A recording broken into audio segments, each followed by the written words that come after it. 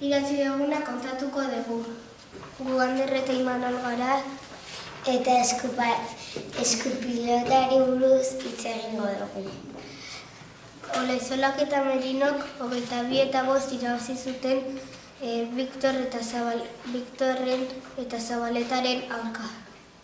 Logroñoko San Mateoko ligaizkako partida. Guten Botaitor gara eta rugbiari buruz hitz egingo dugu. Rugbia oso arriskutsua da. Beste taldea baloia badu bere gainean bota behar zara. Hanka eta eskuarekin baloia ikutu daiteke. Kaixo, ni Pablo naiz eta Minecraft bideo jolasa hitz egingo dut.